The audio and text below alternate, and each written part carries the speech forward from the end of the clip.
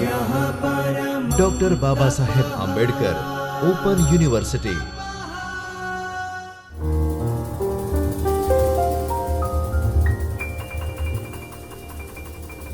નમસ્કાર. Doctor Baba Saheb Ambedkar open યુનિવર્સિટીના ચૈતન્ય સ્ટુડિયોમાં આપનું હાર્દિક સ્વાગત છે. મારું નામ વંદન ગૌર. આજે હું HISM 203 ભારતનો ઇતિહાસ ઈસવીસન 650થી 1526 તેના યુનિટ 16 તેના વિશે વાત કરીશ, જેમાં પ્રતિહાર રાષ્ટ્રકૂટ સમયમાં કેવા સંસ્કૃત સાહિત્યનો ઉદય થયો તેના વિશે આપને માહિતગાર કરીશ.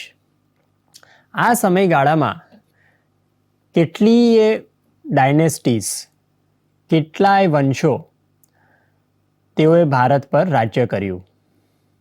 ભારત આ સમયમાં ટુકડાઓમાં વહેંચાયેલું હતું. એ અલગ અલગ ટુકડાઓમાં ઘણા બધા વંશો રાજ્ય કરતા હતા. જેમાંના આપણે મુખ્ય વંશો જોઈએ તો પ્રતિહાર વંશ હતો, રાષ્ટ્રકૂટ વંશ હતો, પાલ વંશ હતો, પલ્લવ વંશ હતો, કારકોટ વંશ હતો, પરમાર વંશ હતો, કલચુરી વંશ હતો, ચંડેલ વંશ હતો, ગંગ એ વંશ હતો, ચાલુક્ય વંશ હતો, ચૌલ વંશ હતો વગેરે જેવા અનેક વંશો હેઠળ ભારતમાં ઠેર ઠેર રાજ્ય ચાલી રહ્યું હતું.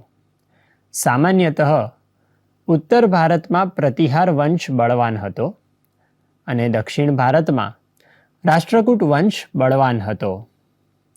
એટલે આ સમયગાળાને પ્રતિહાર રાષ્ટ્રકૂટ વંશ તરીકે ઓળખવામાં આવે છે. આ સમયમાં સંસ્કૃત સાહિત્યમાં થોડી ઓટ આવી હતી એવું ઇતિહાસકારો અને સાહિત્યકારોનું માનવું છે. તેમ છતાં પણ ઘણું સાહિત્ય આ ભાષામાં એટલે કે સંસ્કૃતમાં રચાયું હતું. બૌદ્ધ ધર્મ હ્રાસ પામ્યો હતો, તેથી તેનું સાહિત્ય નહિવત જોવા મળે છે. શૈવ અને વૈષ્ણવ ધર્મનો વિકાસ થઈ રહ્યો હતો, તેથી તેમના સાહિત્યનો વિકાસ આપણને જોવા મળે છે. સંસ્કૃત સિવાય પણ પ્રાકૃત ભાષામાં અપભ્રંશ, કન્નડ અને તમિલ ભાષામાં સાહિત્યની રચનાઓ જોવા મળે છે. સૌપ્રથમ આપણે સંસ્કૃત ક્ષેત્રે થયેલી મુખ્ય રચનાઓ વિશે માહિતગાર થઈશું. આપણે ગયા લેક્ચરમાં જોયું હતું કે ગુપ્ત વંશ બાદ અનુગુપ્ત કાળમાં પણ ઉત્કૃષ્ટ સંસ્કૃત સાહિત્યની રચના થઈ હતી. તેમ આ સમય દરમિયાન પણ ઘણી સારી સારી સંસ્કૃત સાહિત્યમાં રચના થઈ હતી. સંસ્કૃત સાહિત્યમાં આ સમયમાં રચાયેલ શ્રેષ્ઠ રચનાઓમાં વિશાખા દત્તના મુદ્ર રાક્ષસનો સમાવેશ થાય છે. વિશાખા દત્તે બીજું પણ એક નાટક રચ્યું હતું, જેનું નામ હતું દેવી ચંદ્રગુપ્ત. પરંતુ આ દેવી ચંદ્રગુપ્ત નાટક હાલમાં ઉપલબ્ધ નથી. તેનો ઉલ્લેખ આપણને નાટ્ય દર્પણ જેવા પછીના ગ્રંથોમાંથી મળે છે. બંને નાટકોના કથાવસ્તુ એટલે કે મુદ્ર રાક્ષસ અને દેવી ચંદ્રગુપ્ત, તે બંને નાટકોના કથાવસ્તુ મૌર્યકાલીન રાજકીય ઇતિહાસ પર આધારિત છે. વિશાખા દત્ત બાદ કવિ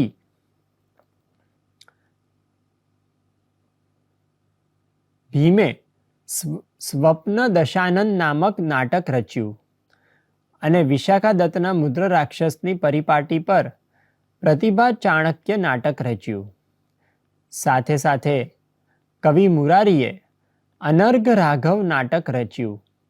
શક્તિભદ્રે આ અરસામાં આશ્ચર્ય ચૂડામણી નાટક રચ્યું. જૈન કવિ હસ્તિમલ્લે 9મી સદીમાં વિક્રાંત કૌરવ, સુભદ્રા હરણ, મૈથિલી કલ્યાણ જેવા નોંધપાત્ર નાટકોની રચના કરી. કનોજના પ્રતિહાર રાજગુરુ અને કવિ રાજશેખરે પોતાના પત્ની અવંતી સુંદરીની પ્રેરણાથી કર્પૂર મંજરી નાટિકાની રચના કરી. તદુપરાંત તેમણે રામાયણ, વિદ્વશાલ ભંજિકા, બાલાભારત જેવા અનેક નાટકોની રચના પણ કરી હતી. આ સમયની બીજી કેટલીક વિશિષ્ટ રચનાઓમાં જૈનસૂરી જીનસેન દ્વારા રચિત હરિવંશ પુરાણ અને ગુણભદ્રે પૂર્ણ કરેલ આદિપુરાણનો સમાવેશ થાય છે.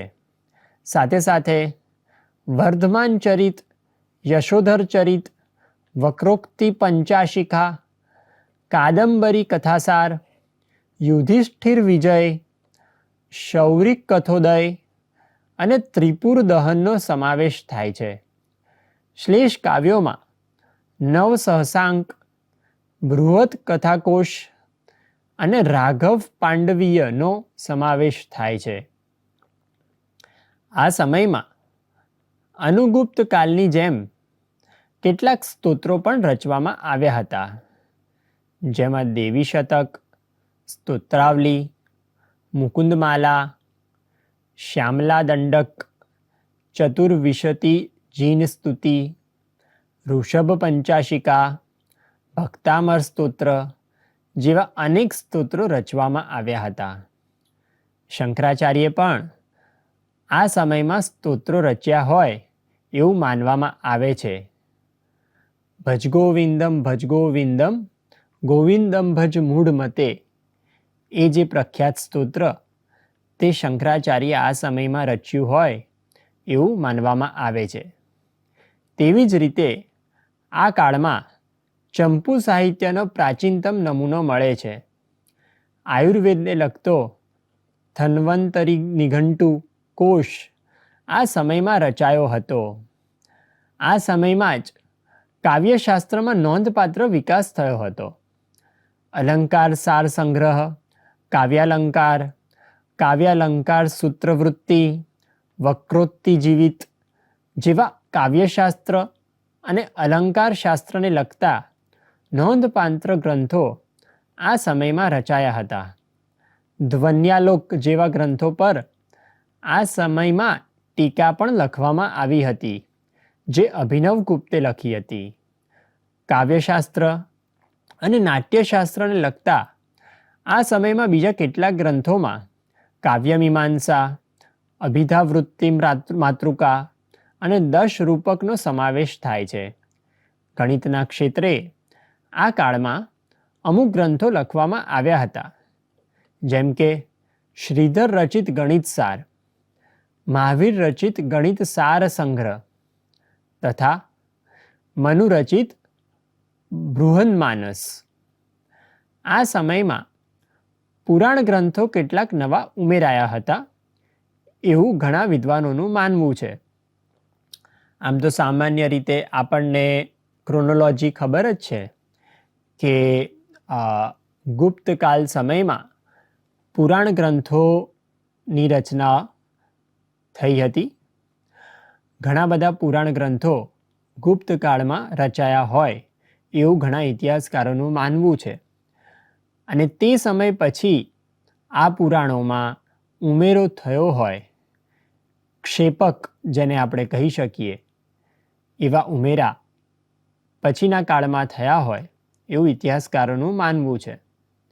એટલા માટે જ આ ઈસવીસન 750થી 1000 દરમિયાનમાં ઘણા પુરાણોમાં આવા ઉમેરા થયા હોય એવી શક્યતા છે. સાથે સાથે ઘણા નવા પુરાણો એ પણ આ સમયમાં રચાયા હોય એવું કહી શકાય. આ સમયમાં સ્મૃતિ રચના બંધ થઈ ગઈ હતી, પરંતુ સ્મૃતિ ગ્રંથો જેવા કે યાજ્ઞવલ્ક્ય સ્મૃતિ અને મનુસ્મૃતિ પર ટીકાઓ રચવામાં આવી હતી. ન્યાય અને વેદાંતના ક્ષેત્રે પણ મહત્વના ગ્રંથોની રચના થઈ હતી. એવું માનવામાં આવે છે કે શંકરાચાર્ય વેદાંત દર્શનમાં બ્રહ્મસૂત્ર ઉપરાંત ભગવદ્ ગીતા અને 10 ઉપનિષદો પર ભાષ્યોની રચના કરી હતી. વિજ્ઞાન ભિક્ષુએ યોગસાર સંગ્રહ ગ્રંથ રચ્યો જે 10મા સૈકાનો છે. તેમજ પ્રભાકર, કુમારિલ ભટ્ટ જેવા વિદ્વાનોએ ટીકાઓ અને અન્ય રચનાઓ કરી. દ્રાવિડ વેદાંતનો પુનરુદ્ધાર શ્રીનાથ મુનિએ કર્યો હતો. આસ્તિક દર્શનનો બચાવ કરનાર આ કાળના વાચસ્પતિ મિશ્ર મહત્વના દાર્શનિક છે અને તેમણે ન્યાય દર્શન પર મહત્વના ગ્રંથો રચ્યા છે. આમ આ સમય દરમિયાન પણ સન્માનજનક કહી શકાય એવો સંસ્કૃત સાહિત્યનો ઉદય થયો હતો. પ્રણામ. स्वाध्यायः